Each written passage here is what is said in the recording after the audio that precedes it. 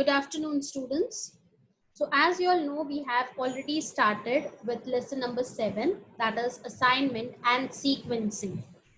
So far, we have finished with exercise 7.1, which involved solving the sums by Hungarian method. We solved problems on minimization and maximization problems. So basically, assignment helps us in dealing how to assign one particular job to one particular person. Today class, also before that in the Hungarian method or technique, I told you all that whenever you start with the sum, always do the basic check before you all start the sum. That was checking whether the rows and columns are equal. Also, what is the objective function? Because this will help you to decide what will be your first step. Because in case of maximization, first you have to reduce it into a minimized matrix. When as minimization problems are concerned, you can check whether it is balanced or unbalanced or restricted one, and accordingly start with the sum. So I'm not going into detail because we have already finished and covered the topics in detail in the previous videos. Now class, consider an example I'm keeping in front of you. Do you know or do you remember what does this symbol represent? Raymond since 1925. The Raymond shop. What comes to your mind when I give you this example? It is the best clothing company brand for the males. So the textile industry has got a very brand name in its industry, that is the Raymonds. Now consider that Raymonds Manufacturing requires two types of machine. That is, one is the cutting machine and the sewing machine. Now the product which they manufacture, that is the cloth, it has to be processed with these two machines. That is the cutting machine and the sewing machine. The condition given to us is the machines which are installed in the Raymond's factories. These machines can handle only one job at a time. And the time taken in hours by the machines to complete the job is given in the following table. So as you can see, A represents the cutting machine and B represents the sewing machine of Raymond's factory. The two products are to be processed through these two machines. So on the first product on machine A, that is cutting, requires 6 hours, and the same product one on machine B, that is on sewing, takes 3 hours. Similarly, after this product 1 is over, the product 2 will be processed through machine A and machine B. So product 2 takes 3 hours on the cutting machine and 6 hours on the sewing machine. So there are two ways to process the products through these machines. Our first process order can be 1 and 2. And our second process order can be 2 and then 1. So let's see what will be the final answer and in how much time the product will get ready if the Raymond machine follows the first and the second process order. So this was the question which I put in front of you. The sequence that we are following is first we'll process the first product and then we'll process the second product. This is the required sequence. So if I make the processing time in a tabular form like this, I will get some answer like this. So the items which are processed are 1 and 2, cutting machine, sewing machine, in time and out time. That is when the product is going into the machine and coming out of the machine.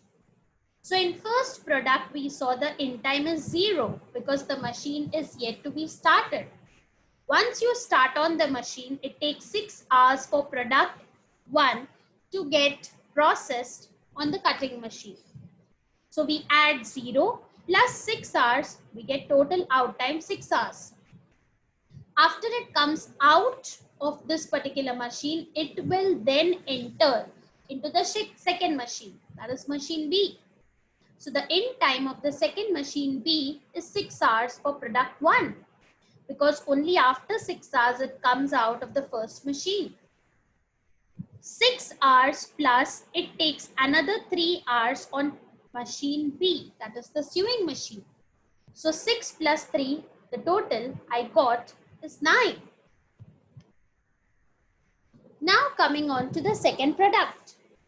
Now after 6 hours, the product 1 comes out of the machine. That is, only after 6 hours, the second product can enter into the first machine.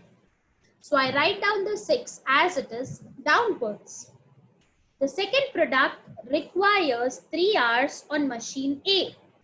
So after 6 hours, it is entering the machine, plus it is taking 3 more hours on machine A to be fully processed in order to go to the second machine. So 6 plus 3, I get the answer 9. Once it comes out of the first machine, then it can go in the second machine. So 9 hours later, it takes more 6 hours to get processed on machine B. So 9 plus 6, I get the answer to be as 15. So if I manufacture 2 products and if I see they have to go through this entire processing system, I see that it will take me a total of 15 hours to manufacture 2 products and to be processed by 2 machines. What if I change the order now? Instead of 1 and 2, if I change the order to 2 and 1, what would be the outcome? Let us see. So the tabular format will look somewhat like this. End time of the starting machine will always be 0. So 0 plus 3, it gives me a 3. After 3 hours, it can enter in the second machine and it takes 6 hours for second product to be manufactured in the machine B. So 3 plus 6 gives me a total of 9. Similarly, after 3 hours, the first product can enter into the first machine. Also, it takes 6 hours for the first product to be processed on machine A. So 3 plus 6 give me a total of 9. After 9 hours, product 1 can enter into machine B, that is sewing machine. And it takes another 3 hours for the product to be processed through the sewing machine. So 9 plus 3 gives me a total of 12 hours. What is your observation, class? When the order was 1 and 2, it took me 15 hours to manufacture the product. But by just changing the sequence and not following the given sequence, you saw, class, I saved a total of 3 hours and could manufacture the product in 12 hours. So that means if Raymonds company decide to manufacture and go with the second sequence which we discussed, it can save 3 hours time, which is too much. So class, this is what we'll be studying in the next topic. So our next topic is nothing but sequencing problems. So what are sequencing problems? Sequencing problems are nothing but helps us in determining the order or the sequence in which the jobs are to be processed through machines so as to minimize the processing time. So as you saw, class, by just changing the sequence from 1 and 2, instead taking 2 and 1, I got the answer as 12 hours. And if I followed the order 1 and 2, it will take me a total of 15 hours to manufacture 2 products. So this is what we'll be studying, class, in our next topic, that is sequencing. Now there are some conditions which are to be followed when we are solving the sequencing problems. No machine can process more than one job at a time. So we saw that one product can be entered into one machine at a time. That is one-to-one basis. Till then, the next machine has to wait or stay idle. That is, it cannot do some other work until machine 1 and product 1 is being manufactured. Each job, once started, must be processed till its completion. The processing times are independent of the order of processing the jobs. Each machine is of different type. As we saw, one was cutting and the other was sewing. The time required to transfer a job from one machine to another is negligible. As you saw class, I was mentioning a total time of 12 hours and 15 hours. This has got a particular name. The name will be called as total elapsed time. So what is the meaning of total elapsed time?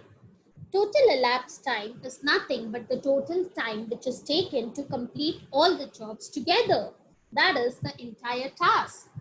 As we saw in the first example, it was 15 hours, and in the second sequence, the answer was 12 hours. So in that case, the total elapsed time will be 15 hours and 12 hours. Also, I told you all when I was telling you all this particular condition, no machine can process more than one job at a time. That means at one particular time, only one machine can be in operation. So as you saw class, when we started with the first machine, always we took the in time as 0. But when the product came out of that machine and entered into the second machine, our time was sometimes 6 hours, sometimes 3 hours. What does this tell us? That the machine 2 was idle for 6 hours or 3 hours. What do you mean by idle? Idle time means the machine is available for working, but it is not in use. It has to wait till the product is processed and comes out of the first machine. So this time will also be added in our production time. So these will be the topics, these will be the terminologies that we'll be studying in our further classes. So class, I hope you all understood what is the meaning of sequencing problem. This is our next topic of the lesson. So as you all saw the name assignment and sequencing. So if I have to explain you all in short, what is a general sequencing problem? Let there be n jobs to be performed one at a time on each of m different machines, where the order of the processing on machines and the processing time of the jobs on the machine is known to us. So we are already given the order, that is as you saw in the example 1 and 2, and also the time 6 hours, 3 hours, 3 hours, 6 hours. This was given to us. Our aim is to find out the optimal sequence of processing the jobs that will minimize the total processing time or cost. So as we saw in the first case, the order was 1, 2, it took you 15 hours. But by changing the order or sequence, you could reduce the time to 12 hours. So which is the optimal solution class? Of course, the second one. Hence, our job is to find that sequence out of n factorial raised to m sequences which will minimize the total elapsed time. So I hope with this, the topic is clear what we are going to study in the next lesson. Now the sequencing problems which are given in your syllabus are of two types. We will be studying the sequencing problems through 2 machines and sequencing problems through 3 machines. And that we'll be covering tomorrow. So tomorrow we'll be studying how to process the products through 2 machines. Till then, go through the topic and keep these topics in mind when we'll be starting the lesson tomorrow. Till then, take care class, keep studying and keep practicing. So tomorrow we'll be starting with exercise 7.2. Sequencing problems and seeing how the products are processed with the help of 2 machines. Thank you so much for listening to me.